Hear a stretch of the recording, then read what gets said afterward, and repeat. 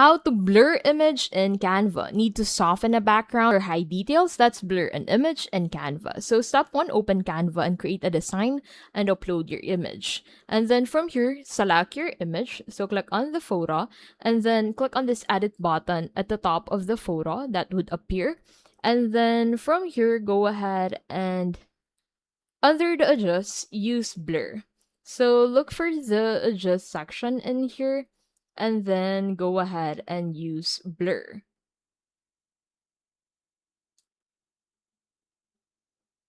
So click on this adjust button and then scroll down and look for blur. Drag right to increase blur and left to reduce. For portraits, use background blur to keep focus on your subject while softening the rest. Save your design. Canva makes blurring easy, perfect for thumbnails, faceless edits, or aesthetic backgrounds. And that is how to blur image in Canva.